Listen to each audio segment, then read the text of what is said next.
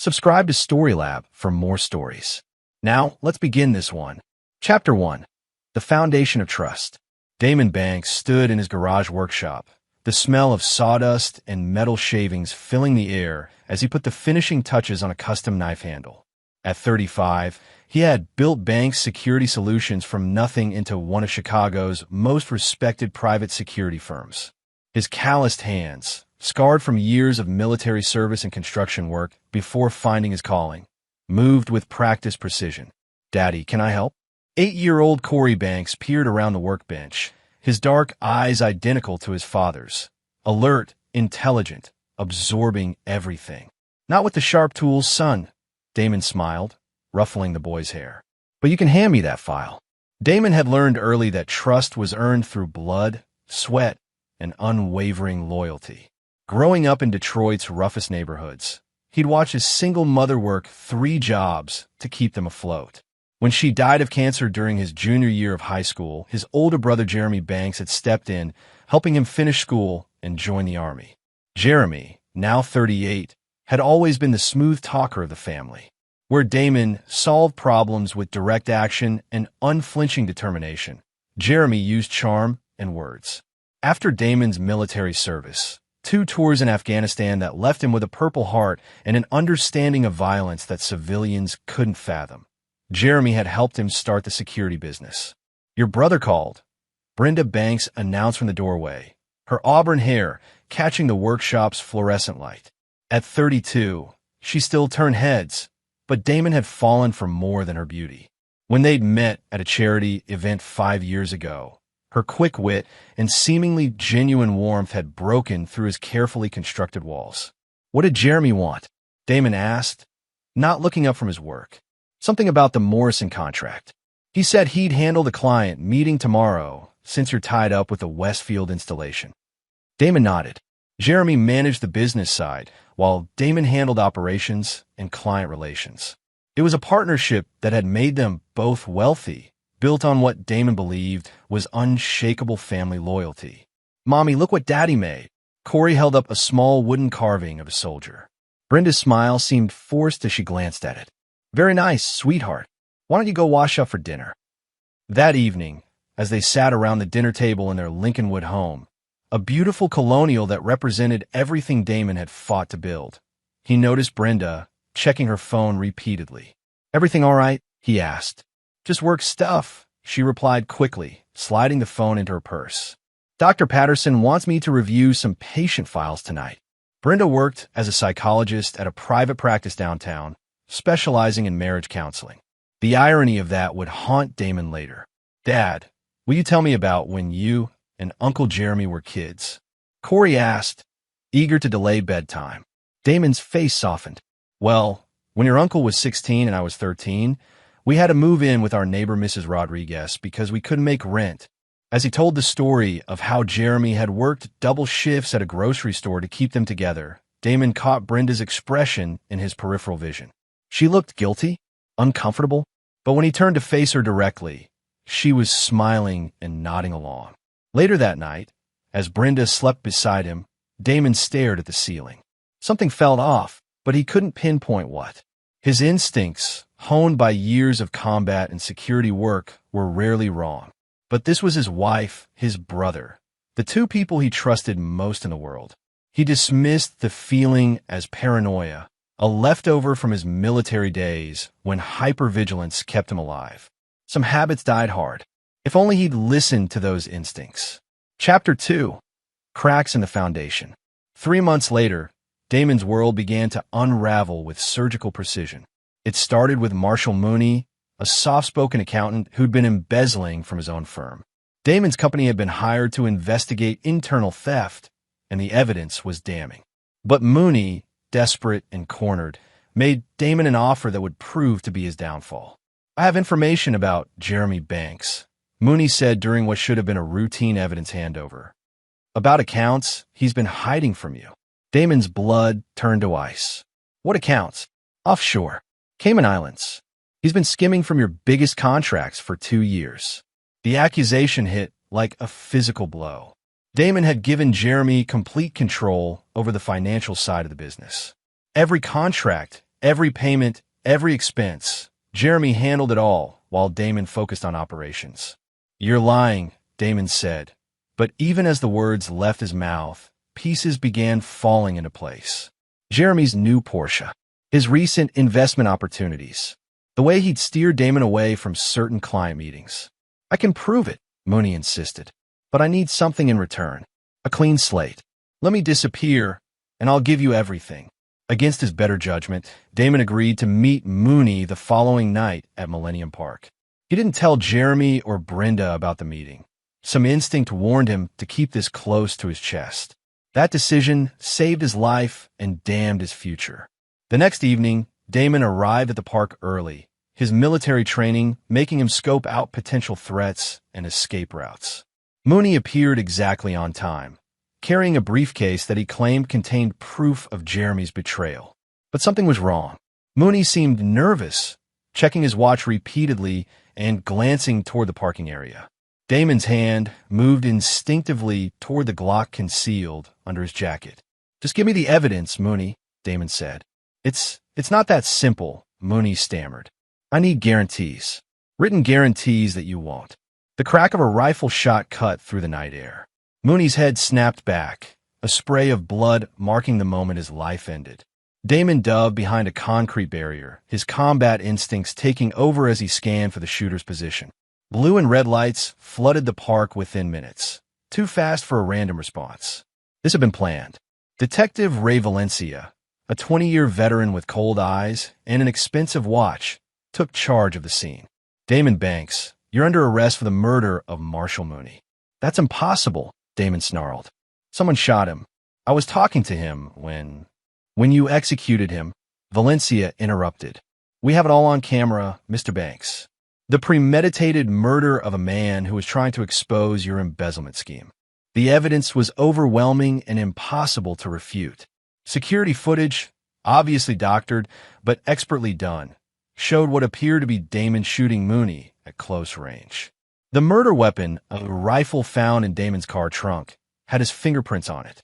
Banking records showed large deposits into accounts tied to Damon's name, money allegedly stolen from clients. But the most damning evidence came from the two people he trusted most. "I'm sorry," Brenda testified, tears streaming down her face as she sat in the witness box. Damon had been acting strangely for months. Paranoid, angry. He kept talking about people trying to take what was his. Jeremy's testimony was even more devastating. "My brother, I watched him struggle with PTSD for years. The violence he saw overseas, it changed him. When I discovered the missing money, I tried to help him, tried to get him to return it quietly. But he said he'd rather kill Mooney than face prison." The trial lasted 3 weeks. Damon's lawyer, a court-appointed public defender named Gilbert McNamara, seemed overwhelmed by the mountain of evidence. Character witnesses testified to Damon's honor and integrity, but they were drowned out by the prosecution's narrative of a disturbed veteran who'd snapped under financial pressure. Throughout it all, Damon maintained his innocence with the calm certainty of a man who knew the truth. But truth, he was learning, was a luxury he could no longer afford. The jury finds the defendant guilty of murder in the first degree. As the words echoed through the courtroom, Damon turned to see Brenda and Jeremy sitting together in the front row. Their hands were intertwined, and the expression on Brenda's face wasn't one of grief or shock. It was relief. That's when he knew. The setup, the evidence, the testimony. It had all been orchestrated by the two people he'd loved most. And in that moment, something fundamental shifted inside Damon Banks. The man who had believed in loyalty and family died in that courtroom, replaced by something harder and infinitely more dangerous. Chapter 3. The Verdict and the Promise. Life in prison without the possibility of parole. Judge Vera Ferguson's words hit the courtroom like a death knell. Damon stood motionless as the sentence was delivered, his face a mask of controlled fury. 20 years of military discipline and another 15 of building his life from nothing had taught him to compartmentalize emotion, to think strategically even in the face of devastation. But as he was led away in shackles, he allowed himself one look back at the gallery. Brenda sat in the front row, her hand clasped tightly with Jeremy's. As their eyes met, she leaned forward slightly, her voice barely above a whisper but perfectly audible in the sudden quiet. "Hope you rot, loser," she smiled, a cold, satisfied expression that Damon had never seen before. Jeremy nodded and kissed her temple, his own smile equally triumphant. They had sold him out, destroyed his life, and now they were celebrating their victory. The bailiff's grip tightened on Damon's arm. "Let's go, Banks." As they reached the courtroom doors, a small figure broke away from the crowd. Corey, tears streaming down his face, ran toward his father despite the protests of a social worker trying to restrain him. Daddy, wait." The boy slipped something into Damon's shackled hands before the bailiff could intervene. A small envelope that Damon quickly palmed with practiced sleight of hand. "I love you, Daddy," Corey whispered as the social worker pulled him away. "I love you too, son," Damon replied, his voice steady despite the storm raging inside him. "Remember what I taught you about keeping promises." The ride to Stateville Correctional Center passed in silence. Damon sat in the back of the transport van, his mind already shifting from grief to calculation. He'd been betrayed by the two people who knew him best, which meant they understood his capabilities and would expect certain reactions. They'd expect him to rage, to plot obvious revenge, to make mistakes born of emotion. They'd be wrong. That night, in his cell, Damon carefully opened the envelope Corey had slipped him. Inside was a photograph that made his blood freeze.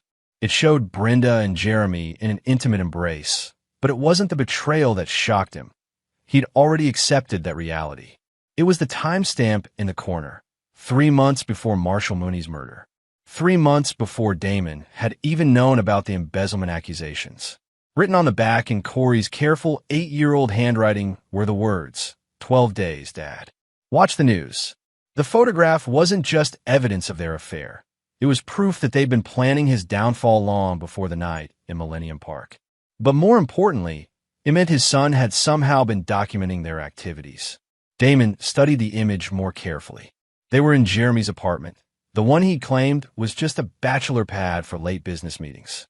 In the background, barely visible, were documents spread across a table, blueprints or plans of some kind. His son, barely 8 years old, had been conducting surveillance. The realization filled Damon with a mixture of pride and cold fury. Corey had inherited more than just his father's eyes. He'd inherited his tactical mind. Somehow, the boy had sensed something was wrong and had been gathering evidence. But what was supposed to happen in 12 days? Damon lay back on his narrow bunk and began to think. In the Army, he'd learned that the best revenge wasn't hot-blooded retaliation. It was patient, calculated, and absolutely devastating. His enemies had made one critical mistake. They'd left his son alive and free. Corey wasn't just 8 years old. He was 8 years old with Damon's genetics, Damon's training, and now Damon's purpose. Every weekend camping trip where Damon had taught him to observe and remember. Every evening in the workshop where they discussed tactics and planning. Every bedtime story about patience and long-term thinking. It had all been preparation for this moment. As Damon stared at the concrete ceiling of his cell, a plan began to form.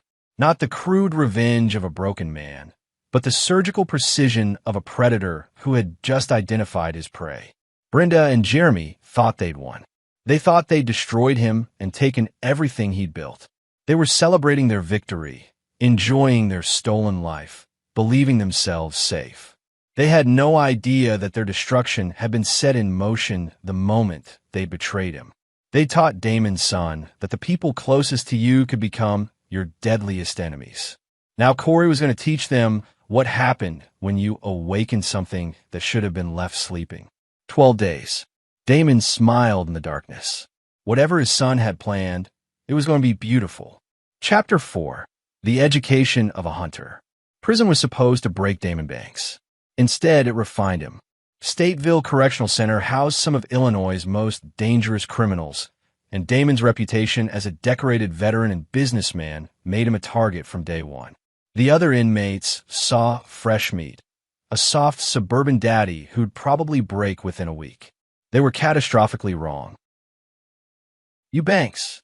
The question came from Dwight English, a massive man with tear tattoos and arms like tree trunks. He'd approached Damon during his third day in general population, flanked by two other inmates who looked like they could bench press a car. "I am," Damon replied calmly, not looking up from the book he was reading in the prison library. "Word is you killed some accountant." "That true." Damon set down his book, a manual on corporate law he'd requested from the prison library, and met English's gaze. "Word is you raped and murdered a 12-year-old girl." "That true." The library went dead silent. English's face darkened with rage, but something in Damon's eyes made him hesitate. It wasn't fear or submission. It was the cold calculation of a man evaluating how many ways he could kill someone with a plastic spoon. "You got some mouth on you, old man. And you've got some choices to make," Damon said quietly. "You can walk away and pretend this conversation never happened. Or you can push this further and discover why they gave me 3 Purple Hearts and a Congressional Medal of Honor." The confrontation might have escalated, but Lyle Rasmussen intervened. A lifer in his 50s who ran the prison's informal power structure, Rasmussen had been watching the exchange with interest. "English, find somewhere else to be," Rasmussen said firmly. Now, English wanted to argue, but Rasmussen's word was law in Stateville. After the muscle had retreated, Rasmussen slid into the chair across from Damon. "You're not what I expected," he said. "What did you expect? Some suburban businessman crying about his lost golf games and wine collection. Instead, I see someone who understands violence." Rasmussen leaned forward. "You military? Special forces. 2 tours Afghanistan, 1 in Iraq. That explains it. You carry yourself like a killer. Question is, are you the kind of killer who adapts to this environment, or the kind who gets himself shanked in the shower?" Damon studied the older man. Rasmussen had intelligent eyes and spoke with the careful precision of someone who'd spent decades navigating dangerous waters. "I adapt," Damon said simply. That conversation marked the beginning of an unusual alliance. Rasmussen had been a high-level enforcer for the Chicago outfit before a RICO case put him away for life. In prison, he'd built a network that extended far beyond Stateville's walls. Inmates with families on the outside, guards who supplemented their income with favors, lawyers who handled special cases. More importantly, Rasmussen understood the value of patience. "Revenge is like wine," he told Damon during one of their evening conversations in the yard. "The best vintages require years to reach their full potential. Amateurs drink it too early and waste its true power." "What makes you think I want revenge?" Rasmussen smiled. "Because I've been watching you for 6 months. You don't act like an innocent man protesting his conviction. You act like a predator studying his prey." Damon said nothing, but his silence was confirmation enough. "I can help you," Rasmussen continued. "Information flows in and out of this place like water. Messages can be sent, arrangements can be made. But I need to know you're serious about playing the long game." "How long?" "However long it takes to do it right." That night, Damon wrote his first letter to Corey. The prison mail system was monitored, so he had to be careful with his words. But he and his son had developed their own coded language during their camping trips, stories about hunting that contained tactical instructions. "Dear Corey, I hope you're doing well in school and listening to your new guardians. I want you to know that Daddy is safe and thinking about you every day. Do you remember the story I told you about the patient hunter? How he would watch his prey for seasons, learning their habits and patterns. The best hunters never rush. They prepare carefully, and when they finally act, their success is absolute. I've been thinking about that story a lot lately. I think it's time for you to practice those hunting skills we discussed. Remember, observe everything. Trust no one completely, and never let anyone know you're watching. Your loving father."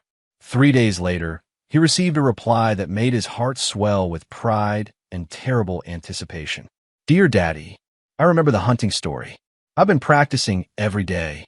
The deer have patterns, and I'm learning to be invisible. Mrs. Patterson says I'm very quiet and well-behaved. I took pictures of the deer's tracks like you taught me. Some of them are very interesting. I put them in our special hiding place where we buried the time capsule. The hunting season starts in 12 days like we planned. I've been counting down. I love you and miss you. Corey." Damon read the letter 3 times before burning it with a match smuggled from the kitchen. Corey was with child services, living in a foster home, while Brenda and Jeremy fought for custody. The fact that his son was referring to surveillance photos and had hidden them in a predetermined location meant the boy was not only following his father's earlier instructions, but had anticipated the need for evidence collection. Mrs. Patterson, the social worker mentioned in the letter, was unwittingly providing Corey with a perfect cover. A quiet, well-behaved boy grieving his father's imprisonment was invisible to adults focused on managing paperwork and caseloads. 12 days. Whatever Corey had planned was about to unfold. Over the following week, Damon used Rasmussen's network to gather intelligence. Jeremy had indeed taken control of Banks Security Solutions, rebranding it as Wise Security, using his middle name. Brenda had moved in with him officially, and they were planning to marry once Corey's custody was finalized. They thought they'd won. They thought they were safe. They had no idea that their destruction was being orchestrated by an 8-year-old boy who'd learned tactical planning from bedtime stories. Chapter 5. The Boy Who Saw Everything. Corey Banks had always been exceptional, but grief and purpose had transformed him into something his foster parents couldn't begin to understand. To Courtney Neff, the well-meaning social worker who'd placed him in her sister's home, Corey was a quiet, traumatized child adapting remarkably well to his father's imprisonment. To his foster family, the Washingtons, he was a polite, studious boy who never caused trouble and seemed mature beyond his 8 years. None of them realized they were housing a junior operative executing a plan his father had unknowingly set in motion years earlier. The foundation had been laid during countless weekend camping trips where Damon had taught his son games that were actually basic surveillance techniques. How to move silently through woods. How to observe without being noticed. How to remember details others missed. How to think several moves ahead. Always have an escape route, son, Damon had told him during one memorable trip. And always have a backup plan for your backup plan. Corey had absorbed every lesson with the intense focus that made his teachers praise his concentration and his mother worry about his seriousness. He thought they were just fun father-son activities until the night his world collapsed. The first hint something was wrong came 3 months before the trial, when Corey had awakened to use the bathroom and heard his mother on the phone downstairs. "It has to look natural," she was saying quietly. "Damon's too smart to fall for anything obvious." Young as he was, Corey understood that his parents sometimes had work problems. But something in his mother's tone, cold and calculating rather than worried or frustrated, triggered the hyper-awareness his father had trained into him. He began watching, listening, remembering. The small digital camera Damon had given him for his 8th birthday became his tool of documentation. To the adults around him, it was a toy, something to keep the boy occupied while they handled grown-up business. They never noticed him taking pictures. The basement workshop became his intelligence center. Behind the old water heater, in a space only a small child could access, Corey created a hiding spot for his growing collection of evidence. Photographs of his mother and Uncle Jeremy in embraces that didn't look familial. Audio recordings made with the voice recorder app on his mother's tablet when she left it unattended. Documents photographed during late-night reconnaissance missions when the adults thought he was sleeping. The night his father was arrested, Corey heard Jeremy on the phone with someone he called Detective V. "It's done," Jeremy said. "The evidence is planted, and Brenda will testify tomorrow. You'll have your conviction." "What about the kid?" the voice on the other end asked. "Corey? He's 8. Who's going to believe an 8-year-old over 2 adults and a pile of evidence?" They'd underestimated him catastrophically. Now, living with the Washingtons in their modest Evanston home, Corey had mobility his enemies couldn't have anticipated. His foster parents, Terry and Diana Washington, were kind people who believed in giving traumatized children space to heal. When Corey asked for permission to visit his old neighborhood, to feel closer to Daddy, they readily agreed. What they didn't know was that Corey had been conducting surveillance operations. Jeremy had moved into the house Corey once called home, Damon's house, built with Damon's money, filled with Damon's possessions. Brenda lived there now, too, sharing a master bedroom where she'd once slept beside Corey's father. But more importantly, they'd grown careless. Success had made them sloppy. They no longer bothered to hide their relationship or their conspiracy. In the kitchen where Corey had eaten breakfast every morning for years, they now planned their future, Jeremy's expansion of the stolen business, Brenda's new psychology practice built on her testimony about recognizing the signs of violent instability. They discussed these plans loudly, passionately, secure in the knowledge that they'd eliminated the only threat to their happiness. They'd forgotten about the boy who moved like a ghost and saw everything. The final piece of Corey's preparation involved something his father had taught him about patience and timing. The best moment to strike isn't when you're angry, son. It's when your enemy feels safest. Jeremy and Brenda felt very safe indeed. They'd scheduled their wedding for the weekend, a small ceremony followed by a reception at the Palmer House Hotel. They'd invited their closest friends and business associates, including Detective Valencia and several others who'd played roles in Damon's conviction. They wanted to celebrate their victory publicly to show the world that they'd not only survived Damon Banks' breakdown, but thrived despite it. The wedding would be their moment of ultimate triumph. It would also be their moment of absolute destruction. 3 days before the ceremony, Corey made his final trip to the house. Using skills his father had taught him during their camping adventures, he slipped inside through the basement window he'd deliberately left unlatched months earlier. In Jeremy's study, the room that had once been Damon's workshop, Corey placed the small package he'd assembled. It looked innocuous enough, a gift box containing what appeared to be a wedding present. Inside, however, was a USB drive containing 5 months of documented evidence. Photos, audio recordings, video surveillance, and a detailed timeline of Jeremy and Brenda's conspiracy. Everything from their affair and the planning of Damon's frame-up to their current business dealings and future plans. But more than evidence, the package contained something that would transform their wedding celebration into a nightmare beyond their imagination. As Corey slipped back out into the night, he whispered the words his father had taught him during their tactical exercises. The mission is complete. In his foster home, he wrote one final letter to his father. Dear Daddy, the hunting season begins tomorrow. The deer have no idea what's coming. I love you and I promise they'll never hurt our family again. Your son. He mailed the letter, then settled in to wait for the news coverage that would begin the next evening. The boy who saw everything was about to show the world what he'd seen. Chapter 6. The Reckoning Begins. The wedding of Brenda Henson and Jeremy Banks was everything they dreamed it would be. Elegant, exclusive, and absolutely perfect in its execution of their carefully crafted lie. The Palmer House Hotel's crystal ballroom glittered with understated luxury as Chicago's elite mingled over champagne and canapes. Brenda, radiant in vintage Vera Wang, played the role of grieving widow who'd found love again with her late husband's brother. Jeremy, resplendent in his custom tuxedo, portrayed the loyal sibling who'd stepped up to care for his brother's family in their darkest hour. The story they'd sold to their guests was a masterpiece of manipulation. Damon's psychological breakdown, his descent into paranoia and violence, and how Jeremy and Brenda had found solace in each other while dealing with the tragedy. Detective Ray Valencia raised his champagne flute during the reception toasts. To Jeremy and Brenda, may your future be as bright as your courage in overcoming the past. The assembled crowd murmured appreciation for the touching sentiment.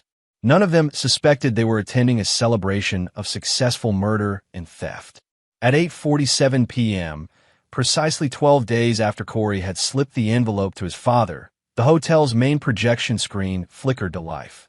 The wedding photographer had been setting up for the traditional cake-cutting ceremony when every screen in the ballroom, the main projection display, the monitors showing the evening's photo slideshow, even the tablets the catering staff used for coordination, simultaneously switched to the same feed.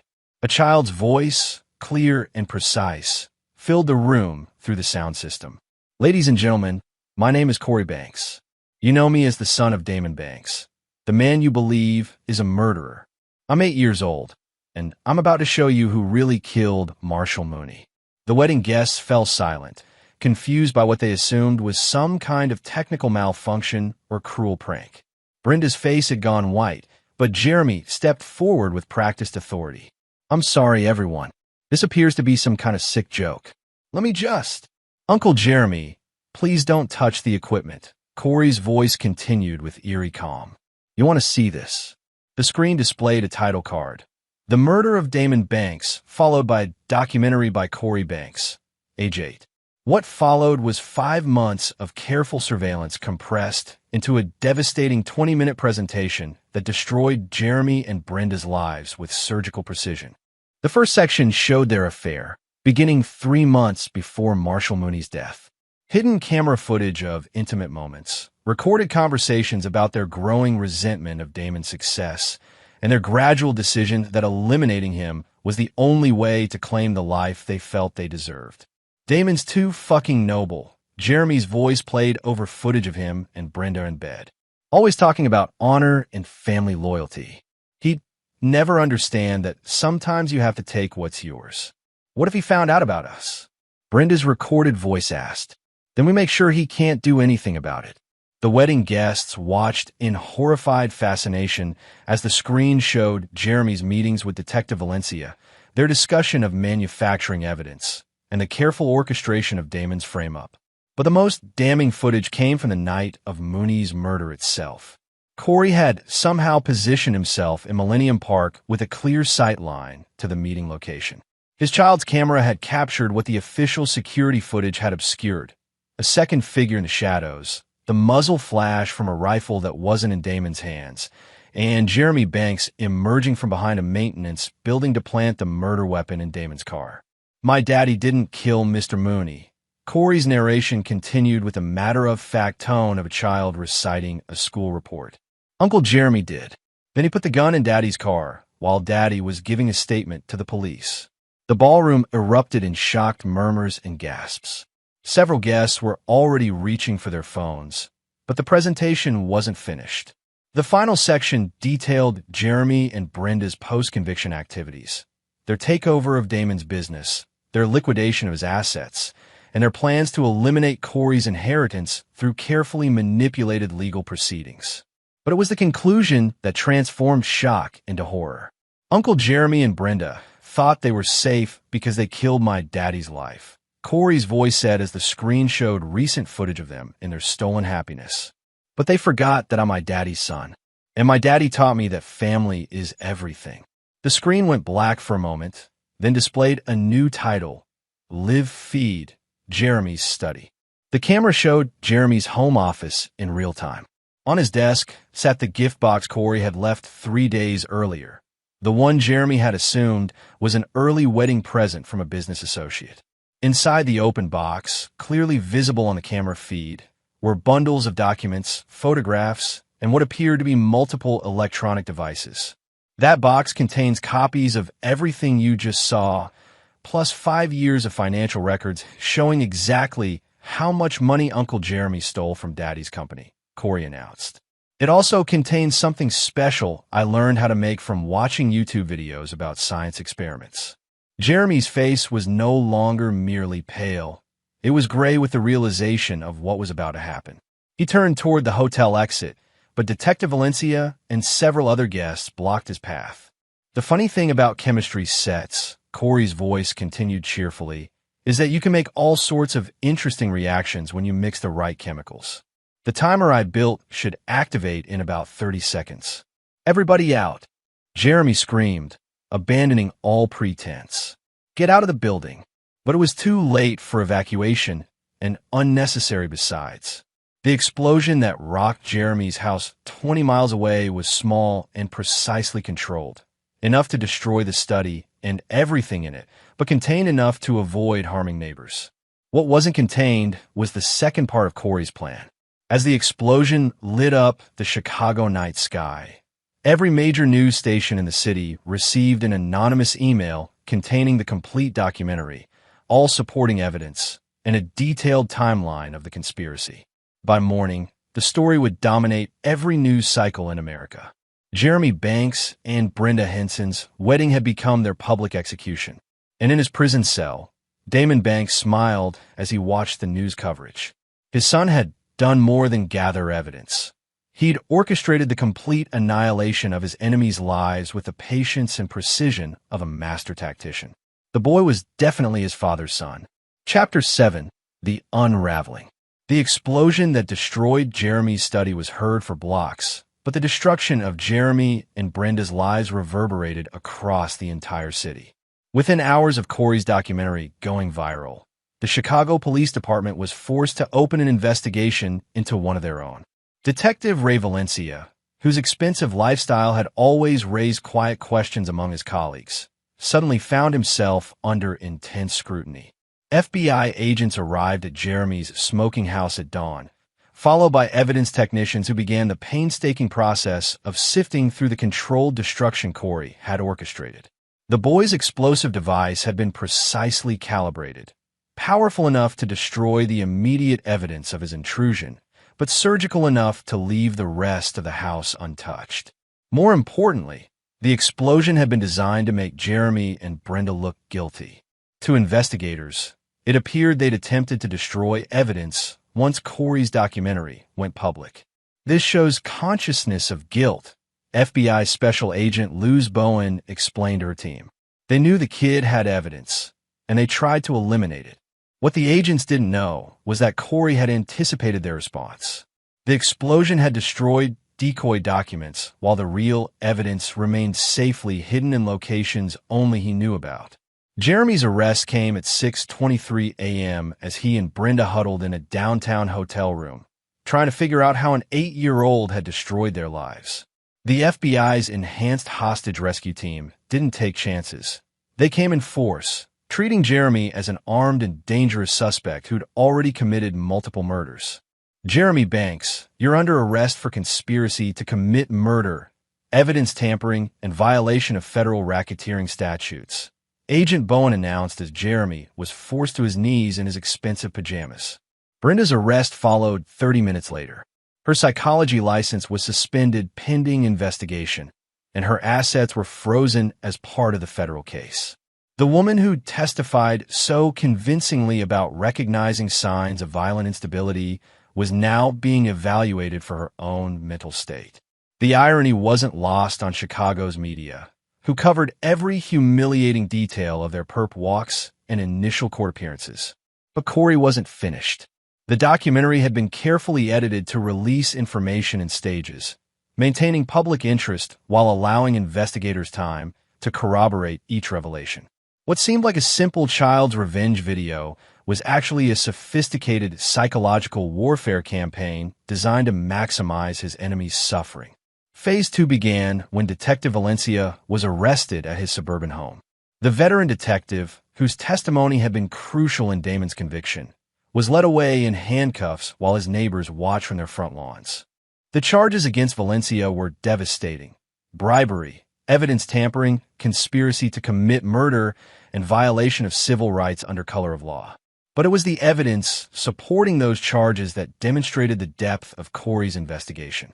The boy had somehow obtained Valencia's financial records, showing large cash deposits that corresponded exactly with Jeremy's payments. He'd recorded phone conversations between Valencia and Jeremy discussing the frame-up. Most damning of all, he'd captured video of Valencia planting the murder weapon in Damon's car. Footage taken from an angle that suggested Corey had been present at the crime scene itself. At 8 years old, Corey Banks had conducted a more thorough investigation than the FBI's own internal affairs division. The reversal of public opinion was swift and brutal. News outlets that had praised the conviction of a dangerous veteran now competed to expose the conspiracy that had destroyed an innocent man's life.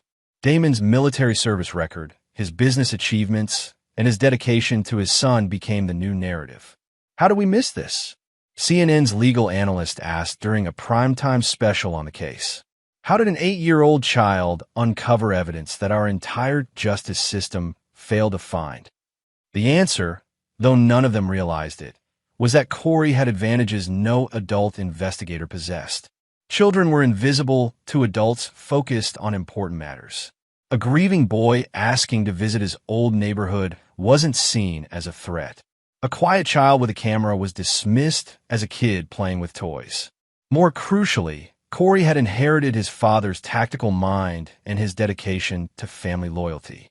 The adults who'd betrayed Damon had underestimated both the son's intelligence and his capacity for patient revenge. But Corey's masterpiece wasn't the documentary or the arrests. It was what happened next. 3 days after Valencia's arrest, a second wave of evidence emerged. This time, it targeted the broader conspiracy that had made Damon's frame-up possible. Federal investigators discovered that Jeremy and Valencia had been running a sophisticated extortion ring for over 2 years. Using Jeremy's security company and Valencia's police access, they'd gathered compromising information on wealthy clients, then demanded payments to keep their secrets safe. Marshall Mooney hadn't been a whistleblower trying to expose Jeremy's embezzlement. He'd been a victim of their blackmail scheme who'd threatened to go public. This wasn't just about framing Damon Banks, Agent Bowen explained to the media. This was about eliminating someone who could expose a criminal conspiracy that generated millions in illegal profits. The evidence trail led to a dozen other victims, including several prominent businessmen and politicians who'd paid Jeremy and Valencia to suppress evidence of their own crimes. What had started as a simple murder frame-up was revealed to be the tip of an iceberg involving corruption at the highest levels of Chicago's power structure. And through it all, the media kept returning to the same question. How had an 8-year-old boy uncovered what experience law enforcement had missed? The answer lay in something Damon had taught his son during their camping trips. Sometimes the best weapon isn't strength or speed, son. Sometimes it's just being underestimated. Corey Banks had weaponized his childhood, turning adult assumptions about children's capabilities into a devastating strategic advantage. Now, as Jeremy and Brenda sat in federal holding cells awaiting trial, they finally understood what they'd unleashed when they betrayed Damon Banks. They hadn't just made an enemy, they'd created one. Chapter 8. The Father's Justice. The call came to Stateville Correctional Center on a gray Tuesday morning, exactly 18 months after Damon's conviction. "Banks, you have a visitor," Guard Captain Craig McMillan announced, his tone unusually respectful.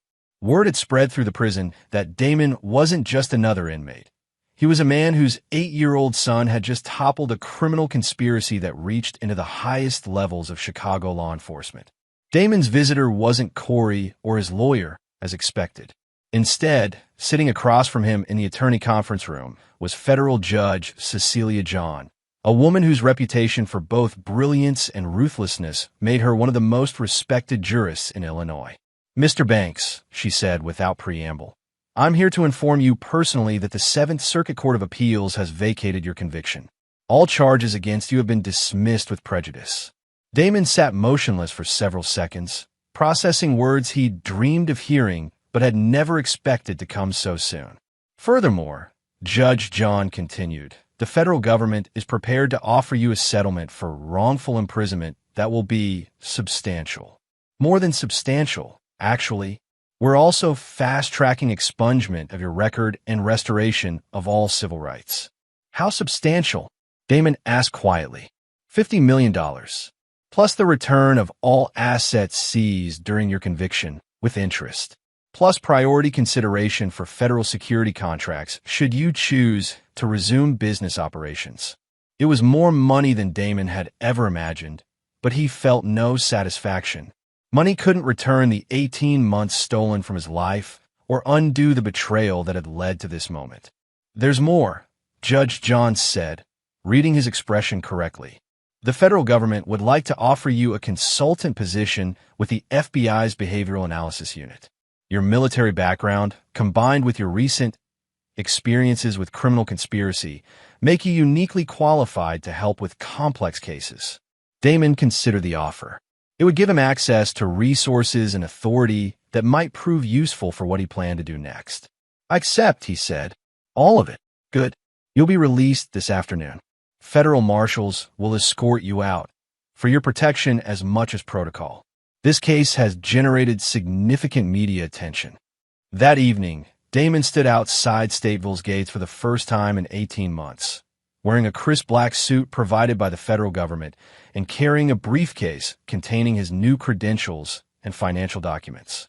Waiting for him was a government sedan with bulletproof glass and an FBI escort team. But more importantly, Standing beside the car was a 9-year-old boy who'd grown 3 inches and gained the steady eyes of someone who'd seen too much. "Hello, Daddy," Corey said simply. Damon knelt and embraced his son, feeling the boy's thin arms wrap around his neck with desperate strength. "Hello, son," he whispered. "You did good work." "I kept my promise," Corey replied. Family is everything. During the ride to their temporary safe house, the FBI was concerned about potential retaliation for Valencia's remaining associates.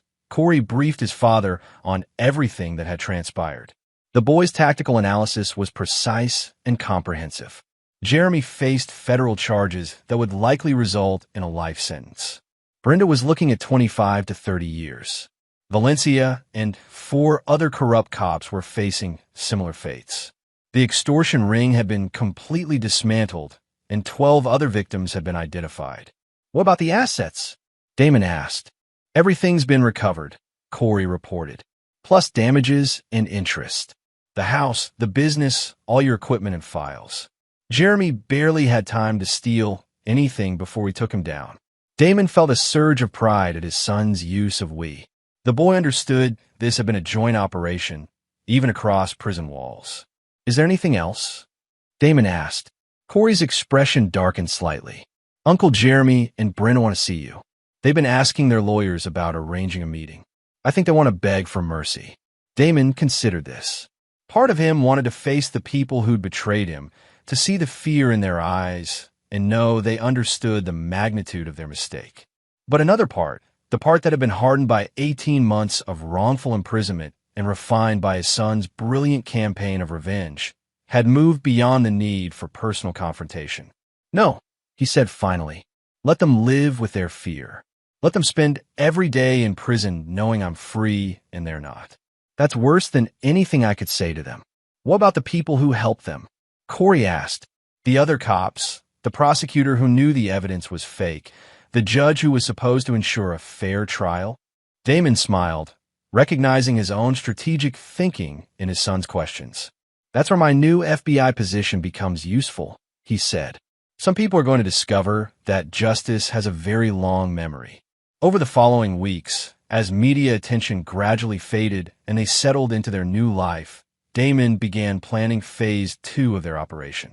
Jeremy and Brenda had been neutralized, but they'd been supported by a network of corrupt officials who'd enabled their crimes. Detective Valencia had been caught, but the investigation had revealed he wasn't working alone. Prosecutor Gilbert McNamara had known the evidence against Damon was fabricated, but had pursued the conviction anyway. Judge Ferguson had ignored clear procedural violations during the trial. All of them were about to discover that Damon Banks didn't just win. He eliminated threats completely. His son had taught him that the best revenge wasn't quick or obvious. It was patient, thorough, and absolutely devastating. Jeremy and Brenda had destroyed his old life, so he would build a new one on the ruins of theirs. They tried to steal his legacy, so he would ensure their children grew up knowing exactly what their parents were. Most importantly, they'd underestimated his son. That mistake would echo through their families for generations. "What's next, Daddy?"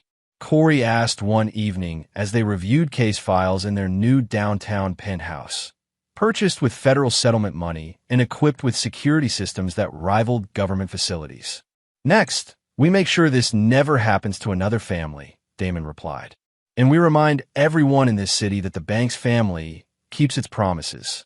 The boy who'd brought down a criminal conspiracy smiled at his father with cold satisfaction.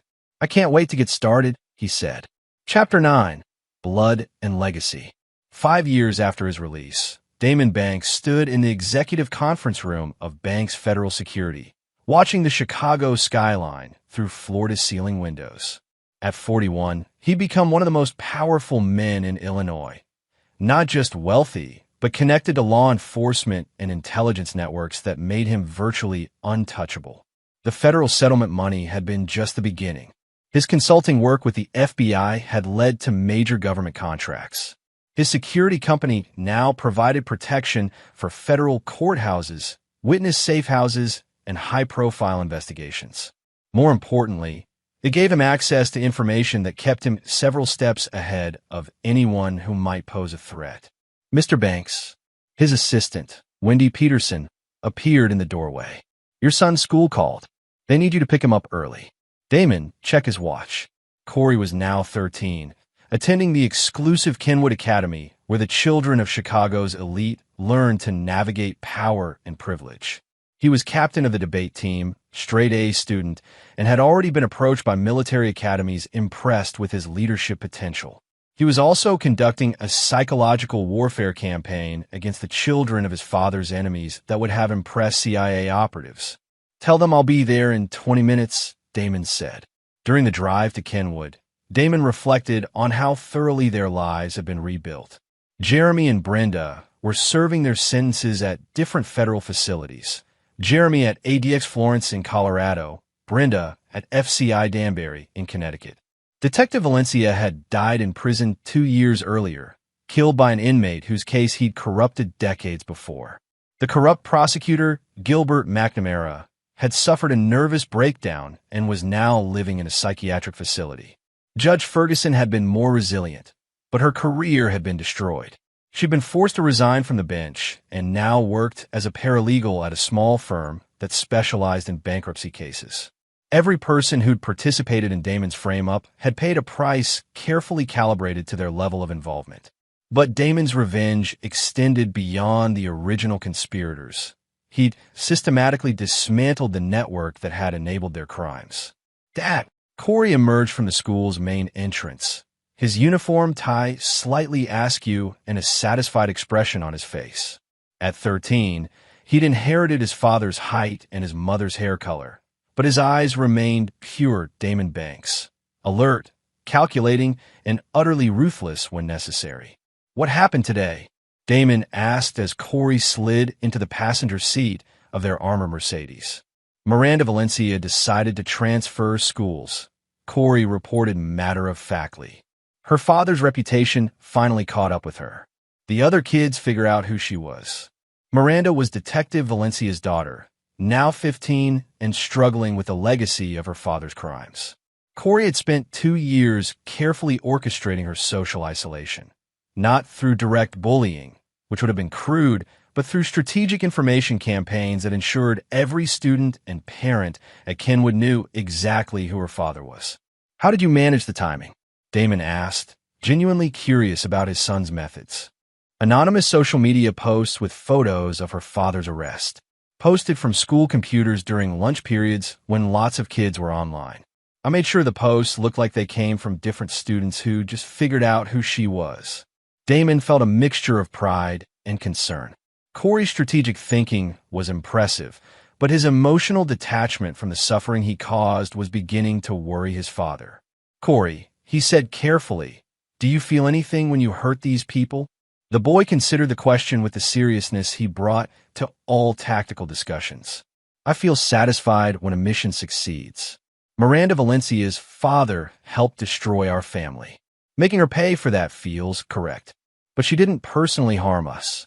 She benefited from her father's crimes," Corey replied with chilling logic. "The private school tuition, the nice house, the college fund, all of it paid for with money he made helping Jeremy frame you. She's paying back a debt her family owed us."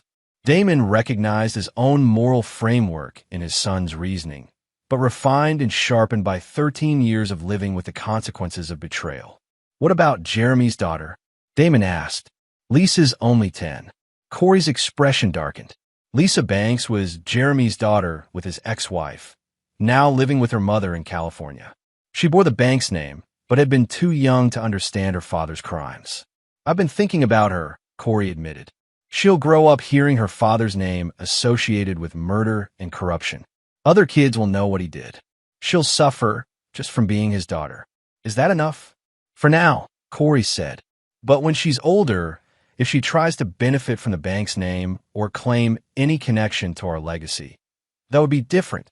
They drove in comfortable silence for several minutes before Corey spoke again. "Dad, there's something else. Something I've been working on that you need to know about." Damon's attention sharpened. "What kind of something?" "I've been tracking Brenda's sister, Carla Sutton. She's been visiting Brenda in prison and posting on social media about how Brenda was manipulated by Jeremy and is really a victim too." The idea of Brenda as a victim of anything other than her own choices filled Damon with cold rage. She'd looked him in the eye and lied. She'd testified about his supposed mental instability. She'd celebrated his conviction. "What are you thinking?" he asked. "Carla works at a bank. She handles mortgage applications. I've been learning about her clients, her work patterns, her personal life. She has secrets that would destroy her career and her marriage." "Corey," Damon's voice carried a warning tone. "Whatever you're planning, we discuss it together first. No independent operations." "Of course, Dad. I'm not ready to act yet anyway. I want to wait until Brenda gets false hope about public sympathy, then destroy it completely." That evening, in their penthouse apartment, father and son reviewed Corey's intelligence files on Carla Sutton. The boy's research was thorough and professionally compiled, more detailed than many FBI background investigations. "Impressive work," Damon said finally, "but I want you to step back from this particular target." "Why?" "Because Carla Sutton is small time. She's not worth our attention, and pursuing her would be beneath us." Damon closed the file and looked at his son seriously. "We're not vindictive bullies, Corey. We're apex predators. We eliminate genuine threats and ignore everything else." Corey considered this distinction carefully. So Miranda Valencia was a genuine threat. She represented potential future complications. Her father's corruption needed to be thoroughly discredited, and ensuring his family understood the consequences served that purpose. But Carla Sutton is just noise. Exactly. Going after her would make us look petty rather than powerful.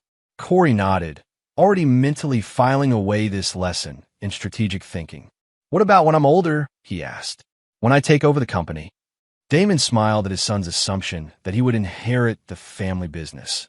Not because it was presumptuous, but because it was accurate. Corey had already demonstrated the intelligence and ruthlessness necessary to wield power effectively.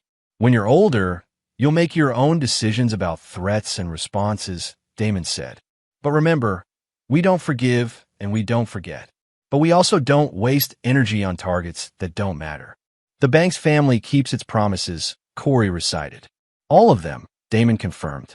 "Good and bad." As they prepared for bed, Damon reflected on the empire they'd built from the ashes of betrayal. Jeremy and Brenda had tried to destroy the Banks' legacy, not realizing that they were actually forging it in fire.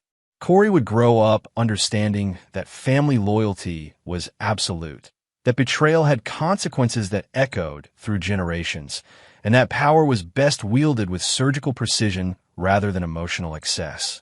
The boy who'd brought down a criminal conspiracy at age 8 would become a man who shaped the city's power structure through careful application of intelligence and strategic thinking. Jeremy and Brenda had intended to steal everything from Damon Banks. Instead, they'd given him something far more valuable, a son who understood that in a world full of wolves, being an apex predator wasn't just an advantage. It was a responsibility. The Banks family had learned to keep their promises. All of them. Forever. This is where our story comes to an end. Share your thoughts in the comments section. Thanks for your precious time. If you enjoyed this story, then please make sure you subscribe to this channel. That would help me a lot. Click on the video you see on the screen, and I will see you there.